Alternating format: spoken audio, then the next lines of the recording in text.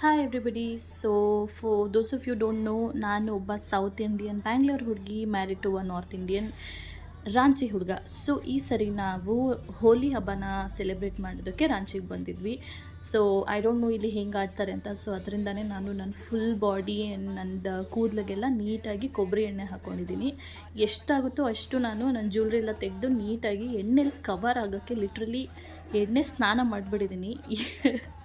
And ಇಲ್ಲಿ ಹೋಳಿ ಆಚರಣೆ ಒಂದು ಸ್ವಲ್ಪ ಡಿಫ್ರೆಂಟ್ ಆಗಿರುತ್ತೆ. ನಮ್ಮ ಕಡೆ ಕಲರ್ಸಲ್ಲಿ ಆಡ್ತಾರೆ, ಬಟ್ ಇಲ್ಲಿ ಆಡುವಷ್ಟು ಜಾಸ್ತಿ ಆಡಲ್ಲ. ನಮ್ಮ ಕಡೆ ಎಲ್ಲ ಹಬ್ಬದಲ್ಲೂ ಸಿಗ್ನಿಫಿಕೆಂಟಾಗಿ ಪೂಜೆಗಳು ಜಾಸ್ತಿ ಮಾಡ್ತೀವಿ ರಾದರ್ ದ್ಯಾನ್ ಸೆಲೆಬ್ರೇಷನ್.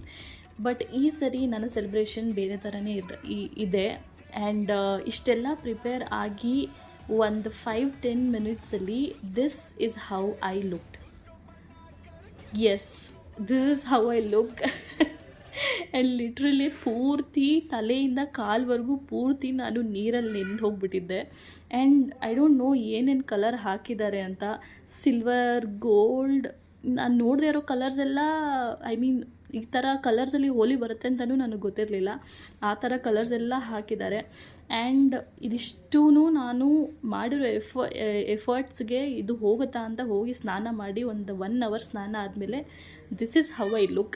ಸ್ವಲ್ಪ ಪಿಂಕಿಶ್ ಸ್ಕಿನ್ ಇದೆ, ಬಟ್ ಬೇರೆ ಬಾಡಿಯಲ್ಲೆಲ್ಲ ಹೋಗಿದೆ ಕಲರು.